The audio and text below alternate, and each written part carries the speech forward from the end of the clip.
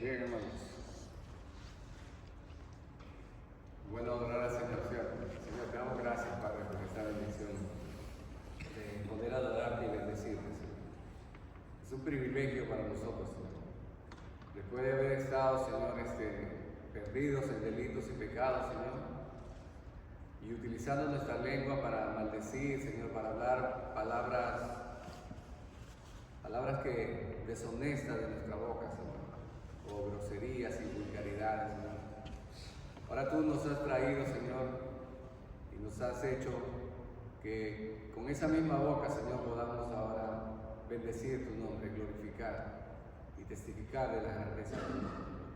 Gracias te doy, Señor, por esa bendición que tienes para con nosotros. Y asimismo quiero rogarte, Dios, que puedas hablar a nuestros corazones en esta tarde. Que me dé, Señor, la facilidad de palabra para poder enseñar tu palabra, Señor, correctamente, Señor. No buscando un beneficio personal, Señor, ni gloria personal, sino que tú seas exaltado y que nos enseñes la manera correcta como debemos vivir conforme a tu palabra. Te lo ruego, Padre, en el nombre de Jesucristo, y en Él te doy las gracias. Amén y amén. Bien, queridos hermanos, vamos a continuar si Dios lo permite. Hoy terminaremos la carta de Santiago, o Iago, ¿recuerdan? El hermano de nuestro Señor Jesucristo. Como hemos visto, la carta de Santiago no tiene un tema así específico, son diversas cosas, pero el tema central, o lo que él trató de enseñarnos, es que la vida cristiana no solamente es decir de labios que creemos o declarar y confesar nuestra fe, implica que nuestras obras o nuestro andar, nuestra conducta debe ir representada con aquello que proclamamos creer. Es decir, y como lo predicó nuestro hermano José, el tema de que le tocó la fe sin obras es muerte, es decir, no tendríamos fe, no tenemos fe. Como dijo nuestro hermano en cuanto a la fe, la gente dice, Señor, ellos preguntaron, Señor, aumenta la fe. Los discípulos pidieron que se les aumentara la fe. Y Jesús le dijo que si tuvieran fe, como el grano de mostaza, podrían decir a este monte, pásate de aquí. Es decir, la fe no consiste en un tamaño, no consiste en crecer mucho en la fe. La fe simplemente es o la tienes o no la tienes. Y la fe implica resultados. En este caso, el tener la fe en Jesús va a producir un fruto en nuestras vidas. Y lo que hemos estado viendo y lo que nos ha enseñado Santiago es esto, que nosotros, y lo podemos utilizar en nuestra vida, las cartas anteriores de Pablo y todas estas cartas que hablan sobre la fe en cuanto a creer en Jesucristo y nos libran del juicio eterno y estas cosas, es decir, la salvación que es por la gracia de Dios. Eso está bien, debemos conocerla como creyentes, pero Santiago es quien nos pone la aplicación, cómo debo vivir yo mi vida cristiana.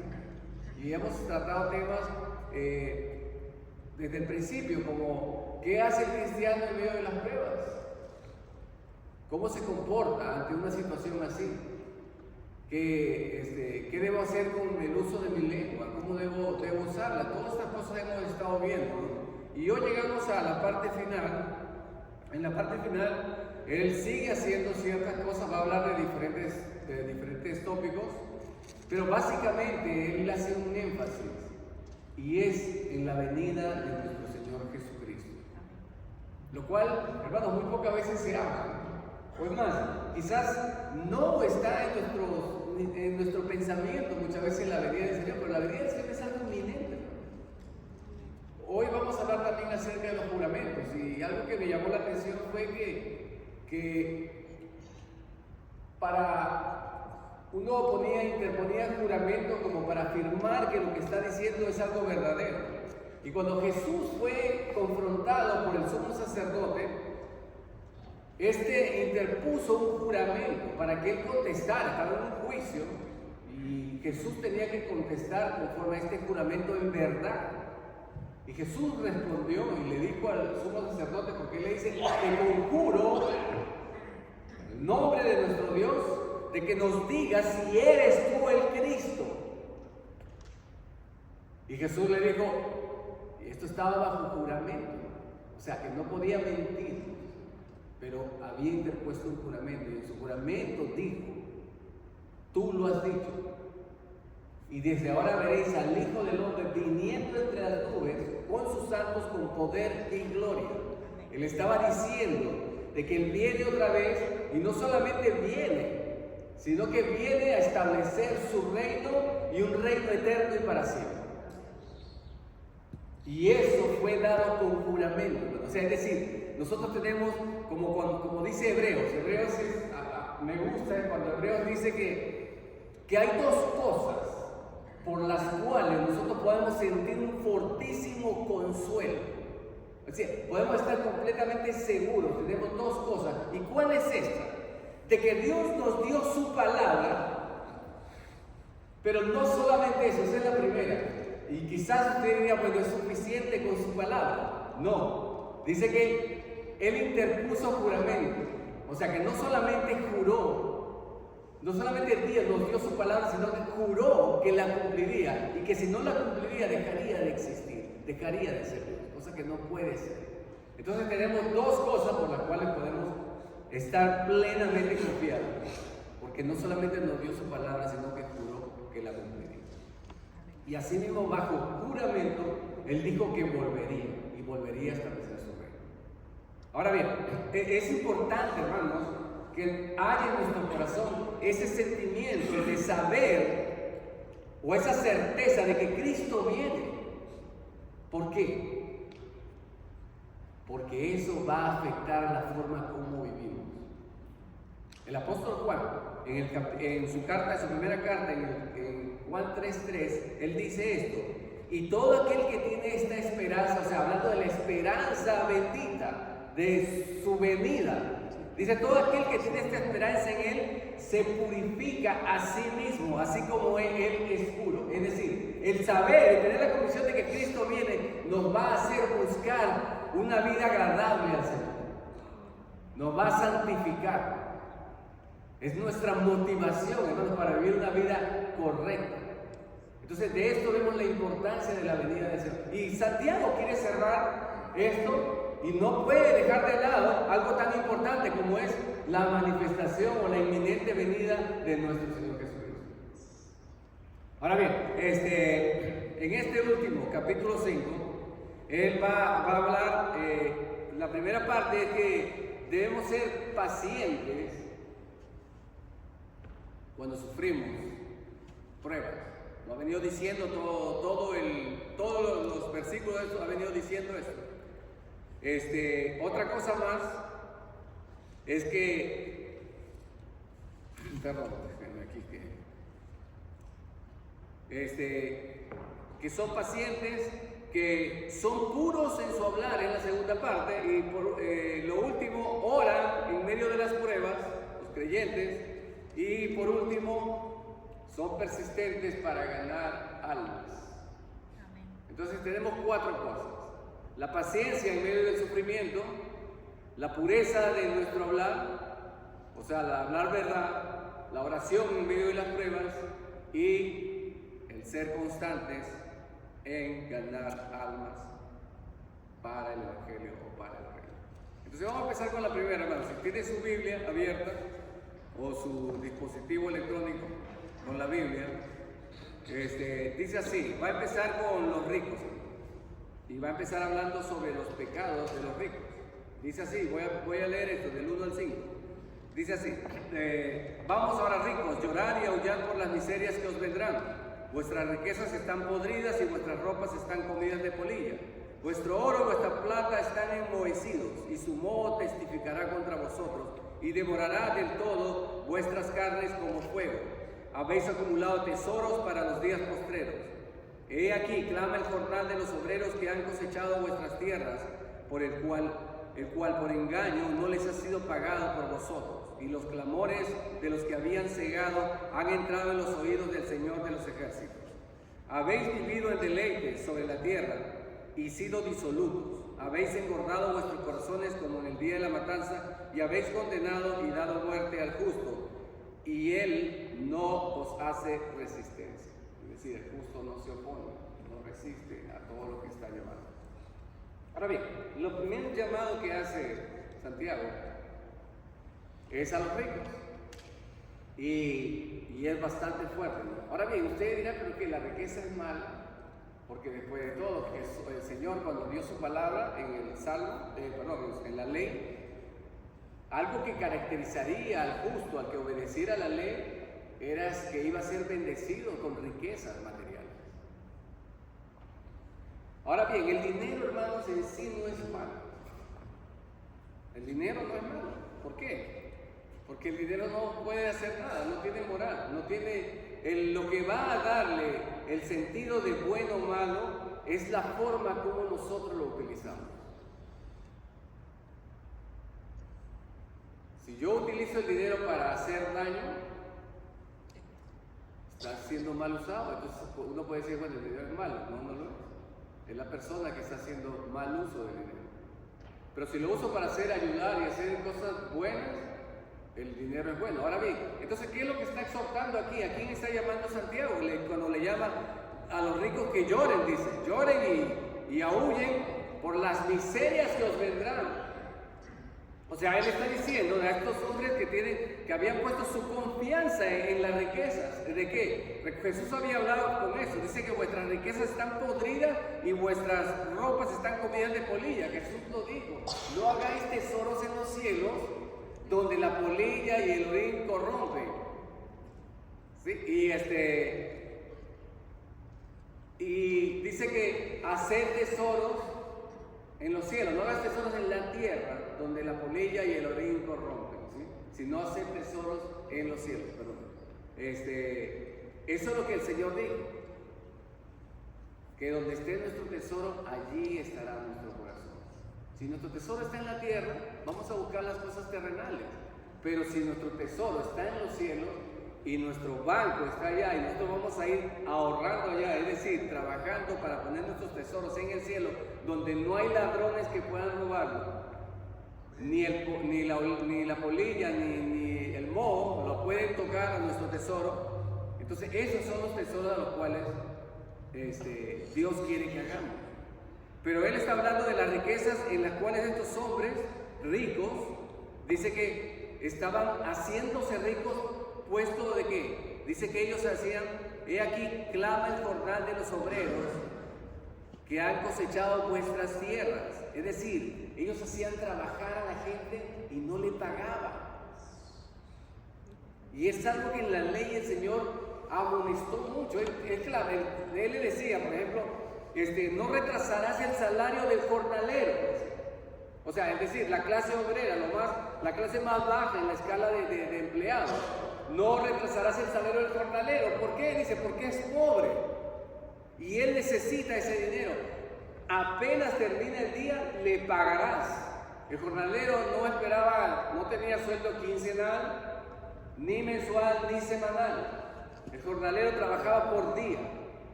Y Dios le mandaba de que como era pobre y vivía al día, había que pagárselo al final del día.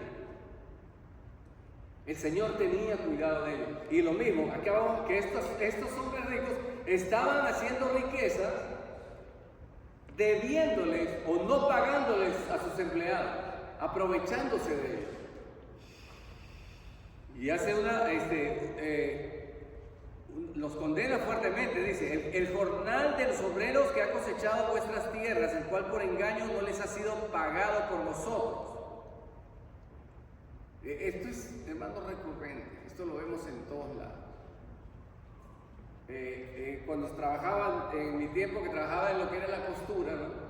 Me venían las que venían a trabajar conmigo, me decían, pero tú pagas 25 por una chemise, allá están pagando 40.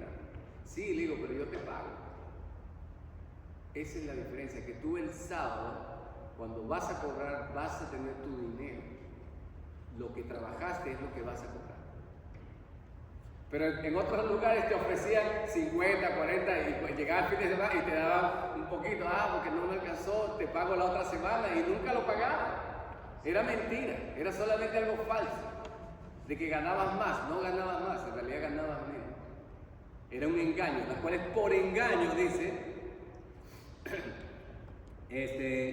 y he aquí clama el jornal de los obreros, y el Señor dijo claramente eso, dice, que si ustedes no pagaban al jornalero, decía, ellos cuando clamen a mí, yo los oiré y les haré justicia.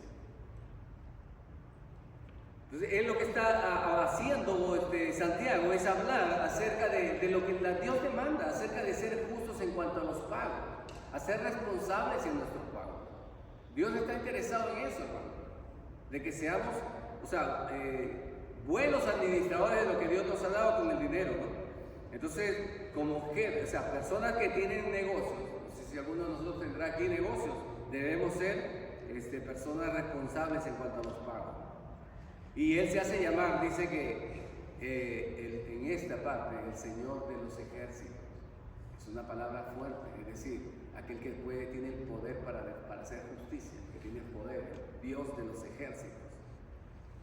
Y ahora bien, en el verso 5 dice, habéis vivido en deleites sobre la tierra y sido disolutos. O sea, es decir, habéis llevado una vida desenfrenada, dando rienda suelta a todas vuestras pasiones. Dice, habéis vivido en deleites sobre la tierra y habéis sido disolutos. Y habéis engordado vuestros corazones como en el día de la matanza. Esto es interesante, me llamó mucho la atención, la forma como dicen. Habéis engordado como para el día de la matanza, ¿no? ¿Por qué? Porque está haciendo una metáfora acerca de los animales. Usted ve los animales que van a ser para la matanza, los dan abundante comida para que ellos puedan engordar. ¿Pero por qué? ¿Cuál es la finalidad de esto? Al final, matarlos y tengan sacarle más provecho de esto, ¿no? Y hermanos, vean la metáfora que usa Santiago, porque veámonos a nuestro parecer, a nuestro tiempo, a lo que quiso enseñar él, ¿no? Porque, ¿qué podría decir un animal? Sé que no piensa, ¿no? Pero al menos, o cuán contento puede estar de la cantidad de comida que le den.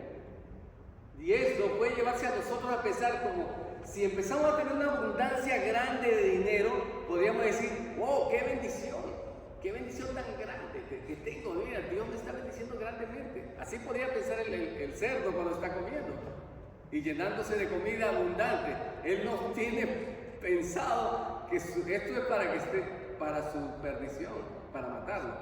Pues él dice, habéis engordado vuestros corazones como en el día de la matanza. Es decir, al final eso no va a servirle de nada. Y esto es algo que podemos meditar nosotros, hermanos, en que nada de este mundo en lo cual podamos invertir tiempo, esfuerzo,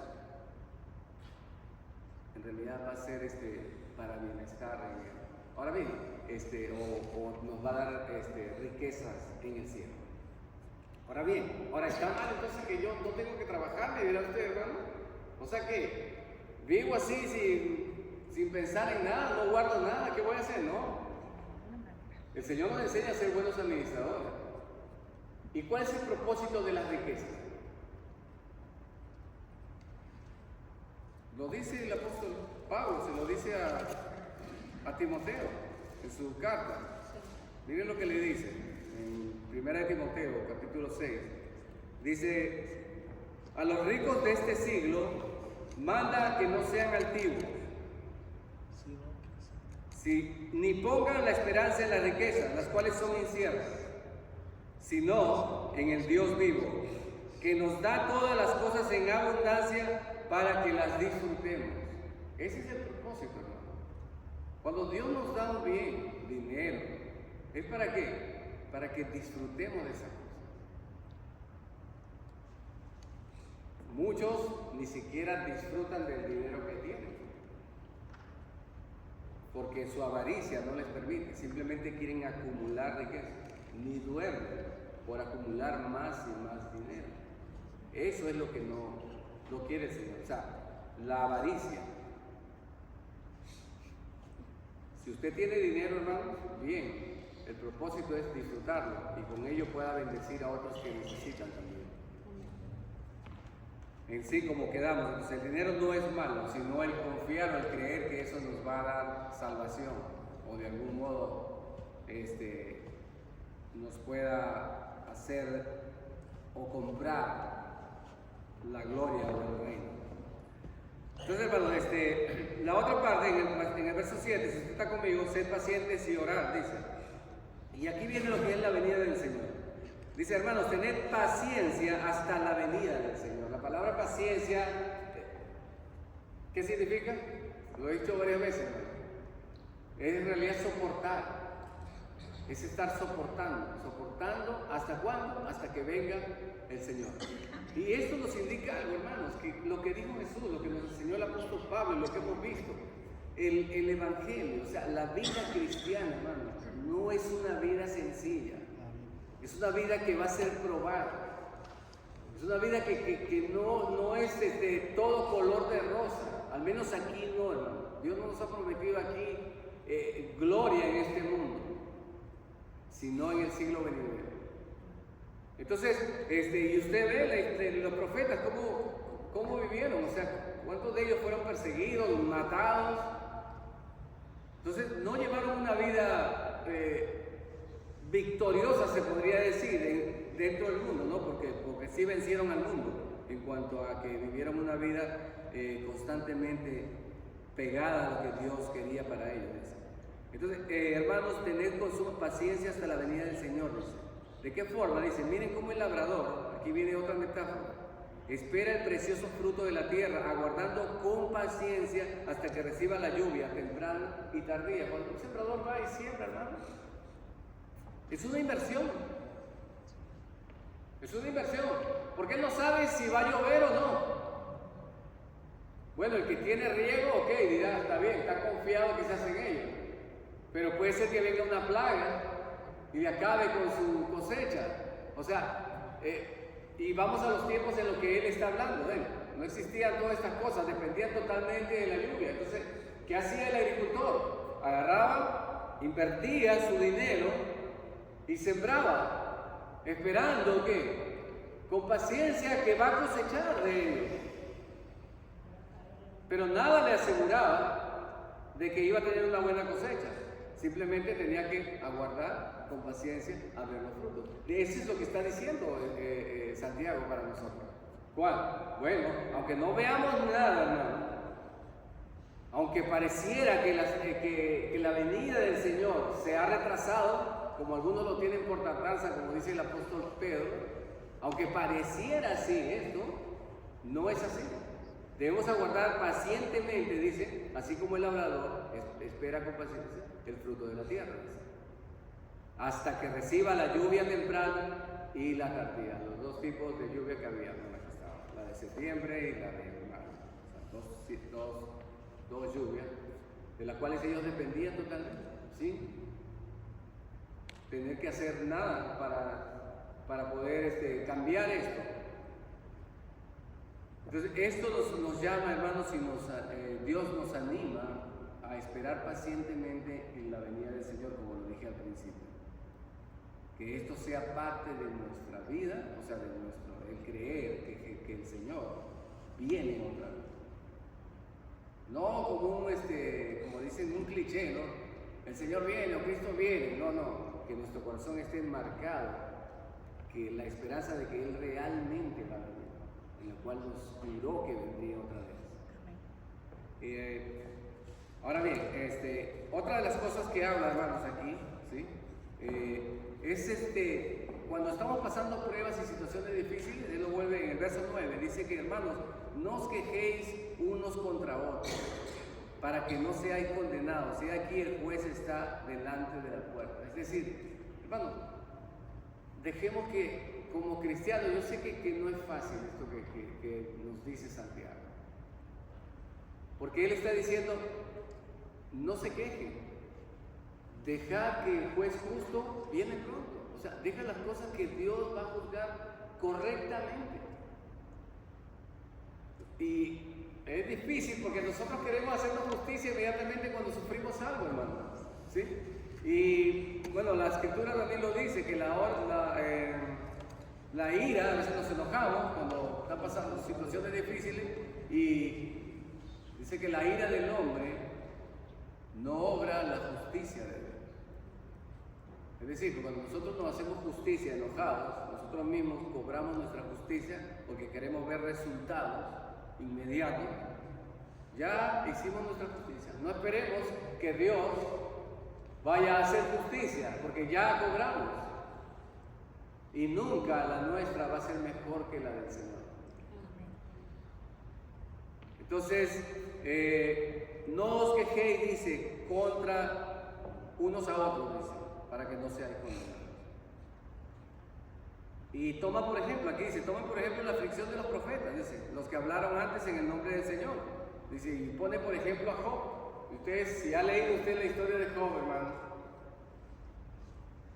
creo que nadie ha pasado eso, excepto nuestro Señor Jesucristo, una prueba tan grande como la que vivió Job, de perder todo, perder todas sus riquezas, sus hijos, en un solo día.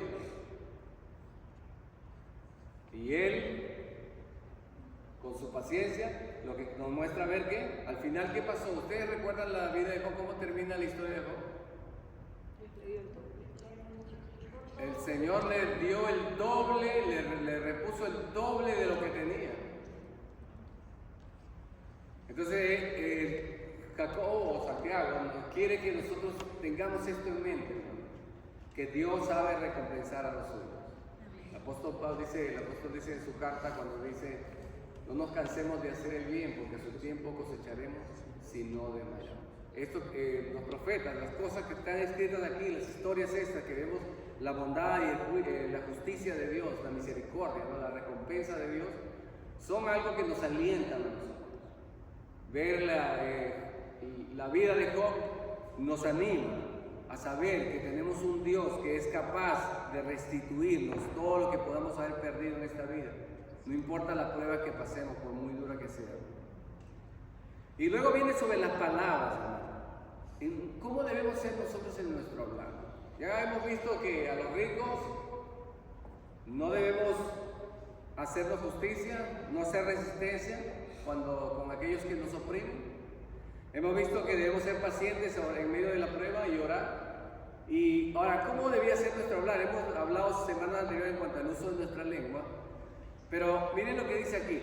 Dice, sobre todo, hermanos míos, no juréis ni por el cielo, ni por la tierra, ni por ningún otro juramento, sino que vuestro sí sea sí y vuestro no sea no, para que no caigáis en condenación. Yo creo que si ustedes ya habrán recordado quién dijo estas palabras primero, ¿no? En el Sermón del Monte recordarán que nuestro Señor Jesucristo dijo, no juréis ni por el cielo, ni por la tierra, ni por el templo, ni por nada, dice, porque no puede ser, dice, nada, no podemos hacer nada nosotros. No tenemos poder para hacer eso. Pero dice, Jesús dijo, pero que vuestro sí sea sí y que vuestro no sea no, porque lo que es más de esto, de mal procede.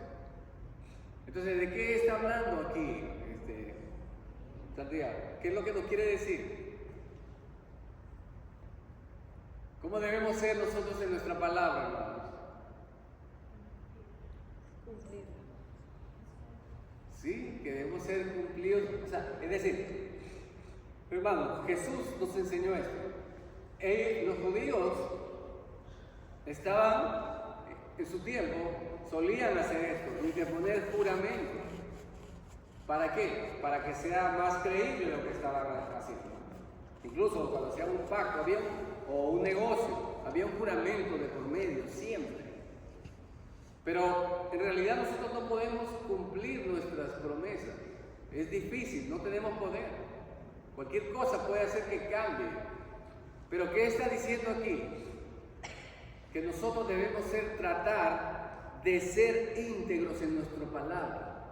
Cuando decimos algo, hermano, debemos cumplirlo, hacer todo el esfuerzo necesario por cumplir aquello que dijimos que teníamos que hacer, aun cuando vaya en contra de nosotros, hermano. Eso es lo que está enseñando, que no tengas que jurar, no tenemos que estar interponiendo un juramento para ser creíbles, sino por el contrario, que la gente nos reconozca a nosotros como personas de palabra. Que si decimos algo, no hay necesidad de interponer un juramento. ¿Por qué? Porque nuestra conducta siempre ha sido un testimonio de que somos personas de palabra, que cumplimos nuestra palabra. Que no haya necesidad de interponer juramento. Porque recuerde usted, no está diciendo que no debe jurar, porque usted sabe cuando hay un juicio y usted va a ser un testigo, ¿qué es lo primero que hace? Tiene que poner la mano sobre la escritura y jurar.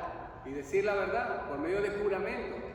Y si usted dice una mentira, tiene una pena, puede ir preso, ¿sí? O pagar una multa, depende del tipo de la gravedad de esto, por perjurio, sea. Entonces, que nos enseña en cuanto a nosotros, hermanos, a cumplir nuestra palabra. Yo sé que a veces es difícil, porque va en perjuicio nuestro muchas veces. Como les he dicho, a veces en mi negocio me pasaba. ¿Por qué? Me salió mal el negocio y ya no quiero pagar o no quiero hacer el trabajo porque ya sé que si lo hago voy a perder o no voy a ganar mucho, ya no tengo mucha ganas de hacerlo. Pero el Señor nos pide que cumplamos nuestra palabra. Si hemos dado nuestra palabra, es lo que Dios demanda.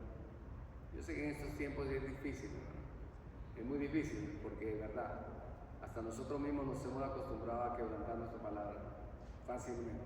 Es algo ya muy común. Pero bueno, Santiago nos exhorta en su carta que debemos ser diferentes al mundo. Debemos ser personas de palabra.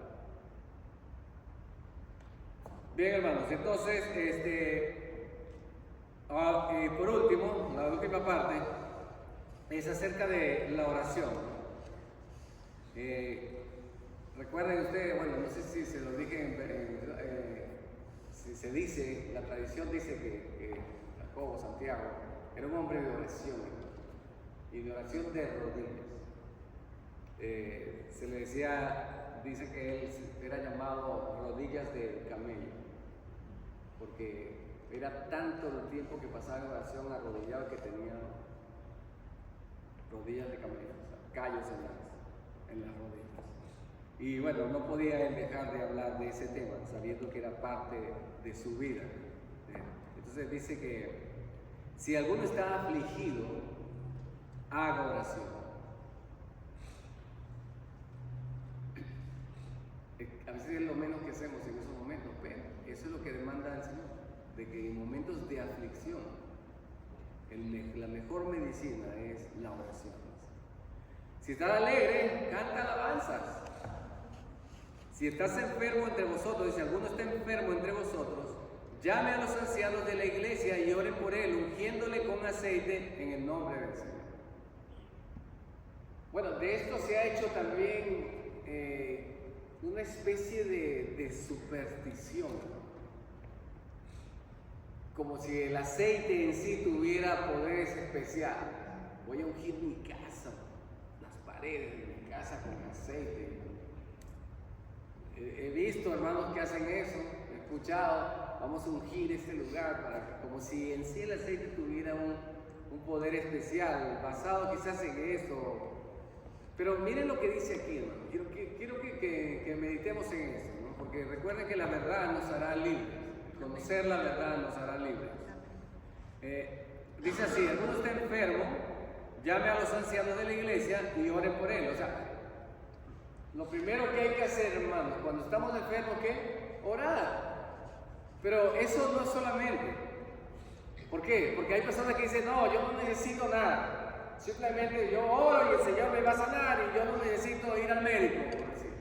Porque miren lo que dice seguido eso. Dice que que le unjan, ungiéndole con aceite en el nombre del Señor. Ahora, hermanos, recuerden que en esa época la medicina no era como ahorita usted se va a la farmacia, que era lo que se usaba mucho para sanar.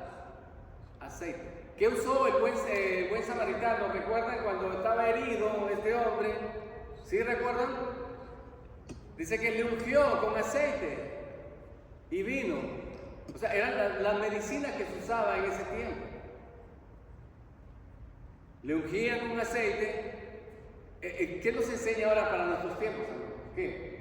Ok, está bien, tenemos que orar, hermano, porque es lo primero que tenemos que hacer. Si no, nos va a pasar lo mismo que le pasó a la historia del rey Asa, no me recuerdo si me equivoco, perdón, pero la historia es esta, que dice que él en su enfermedad no buscó a Dios, sino a los médicos. Cuando enfermó de los pies, gravemente de los pies, en su enfermedad buscó y murió. Pero aquí está enseñándonos el orden. ¿Cuál es? Primero es buscar a Dios en oración. Y luego también la medicina, hermano. Ambas cosas. Orar para que los médicos puedan sanarnos. Entonces la oración de fe dice, salvará al enfermo, dice, o sanará, es la misma palabra para usar para salvar o sanar. Sanará al enfermo. Y el Señor lo levantará, y si hubiera cometido pecados, le serán perdonados. Todas estas son partes importantes. Muchos pecados, hermanos, son producto de qué? Muchas enfermedades son producto de una falta de confesión de nuestros pecados también. El guardar en nuestro corazón. El salmista decía, si ustedes recuerdan, mientras callé, ¿recuerdan?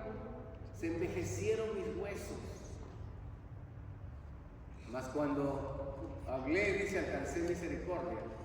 Muchas enfermedades, producto de guardar cosas, rencores, pecados ocultos, los cuales nos avergüenzan y no queremos confesarlos. Pero aquí dice que confesaos vuestras ofensas unos a otros, dice, y orad los unos por los otros para que seáis sanados. Y la oración eficaz del justo puede mucho. Como ven, él siempre haciendo el énfasis en la oración. Y este verso a mí me gusta mucho, yo creo que usted lo conoce. Elías era un hombre sujeto a pasiones semejantes a las nuestras, y oró fervientemente para que no lloviese, y no llovió sobre la tierra 3 años y 6 meses. Usted recuerda la historia del profeta Elías, no lo voy a contar ahorita, pero saben que él era un hombre de Dios, poderoso en palabra. Dice que reprendió al rey cuando estaba mal. O sea, no cualquiera reprende a un rey, hermano. No cualquiera se levanta a decir algo en contra del rey, porque son gente poderosa que lo puede perseguir para matarlo. Pero él denunció su pecado, fue valiente. Sin embargo, aunque fue así y Dios estaba con él, tuvo sus momentos también de debilidad. Cuando la esposa del rey dijo que lo iba a matar, él salió corriendo, huyendo, y desanimado pidió a Dios que le quitara la vida. O sea, que hay momentos de desánimo. Como cualquiera de nosotros, hermanos, tenemos en nuestra vida cristiana momentos de gloria, se podría decir, de muchas victorias, ¿sí? Pero también tenemos momentos de desánimo. Pero miren lo que dice, Elías, le pone de ejemplo a Elías, ¿no? Era un hombre sujeto a pasiones semejantes a las nuestras, es decir, los profetas o las personas que usted ve, los héroes que usted ve aquí en la Escritura, eran personas como usted y como yo, hermano, con pasiones semejantes a las nuestras, es decir, no eran super hombres o super mujeres, eran igual a nosotros, con debilidades, con fortalezas. Sin embargo, dice, la oración eficaz del justo puede mucho. Entonces Elías dice, oró y el cielo dio lluvia y la tierra produjo su fruto. Esto nos sirve de ejemplo a nosotros, hermanos, para que usted y yo, si oramos fervientemente al Señor, el Señor nos oye. Y por último, hermanos, para cerrar, en el verso 19 y 20, dice, hermanos, si alguno de entre vosotros se ha extraviado de la verdad y alguno le hace volver, sepa que el que haga volver al pecador del error de su camino, salvará de muerte un alma y cubrirá multitud de pecados. Es un llamado, hermanos, a no callar, a que nuestra fe sea, nosotros la podamos proclamar a otros que están perdidos. Es un llamado, hermanos, a no olvidarnos de la tarea o el mandamiento del Señor, que es nuestra tarea del evangelismo, de transmitir a otros el mensaje de salvación. Si vemos a alguien que está extraviado de la verdad, es decir, alguien que no conoce al Señor, dice, y si alguno le hace volver, sepa que aquel que haga volver al pecador del error de su camino salvará de muerte un alma y cubrirá multitud de pecados. Entonces, hermanos, cerramos con esto el libro de Jacobo, de Santiago, sabiendo plenamente de que el libro de Santiago, de la carta a Santiago, es una carta que nos implica a hacer cosas, lo que debemos hacer como cristianos. Si no sabemos qué hacer o cómo tomar una decisión, muchas respuestas las podemos encontrar en la carta a Santiago. Hemos visto hoy, hermano, que bueno, Dios hará juicio a aquellos que nos oprimen, en el caso de a los ricos, hará juicio, nos llama a nosotros a ser pacientes y orar confiando o esperando con ansias la venida de nuestro Señor Jesucristo. A que seamos fieles en cumplir nuestra palabra y a orar, ya sea en enfermedad, en situaciones difíciles, en pruebas, a mantenernos constantes en la oración, sin dejar de lado el Evangelio, el anunciar el Evangelio a aquellos que están perdidos. Señor, te doy gracias por tu palabra, Señor. Te doy gracias porque nos enseñas, Señor, o nos recuerdas que no es solamente, Señor, decir tener fe, sino que tenemos que poner por obra ello. Perdónanos, Señor, porque reconocemos, aquí públicamente reconocemos que nosotros no somos fieles, Señor, servidores tuyos, porque muchas veces hemos cometido de los muchos pecados que hemos visto, Señor, en esta carta. Somos culpables, Señor. Perdónanos, Señor, ten misericordia de nosotros y ayúdanos a poner por obra, Señor, todo lo que nos has enseñado en esta carta. Ayúdanos a recordar siempre, Señor, a guardar nuestra lengua, Señor, a administrar bien, Señor, las cosas que tú nos has dado, Señor, el dinero que tú nos has dado. Ayúdanos también, Señor, a ser fieles con nuestra palabra. Ayúdanos, Señor, a orar y a no quejarnos en el momento de la prueba, Señor. Ayúdanos también, Señor, a no menospreciar a otros por su cultura, que no hagamos acepción de personas. Todas estas cosas que nos has enseñado, Señor. Te pedimos, Señor, que nos ayudes a cumplir tu palabra, Señor, y que perdones nuestros pecados, Señor. El no haber hecho, Señor, lo que tú nos has mandado a hacer, Señor. Gracias te doy, Señor, en el nombre de Jesucristo. Amén. Bien, hermanos.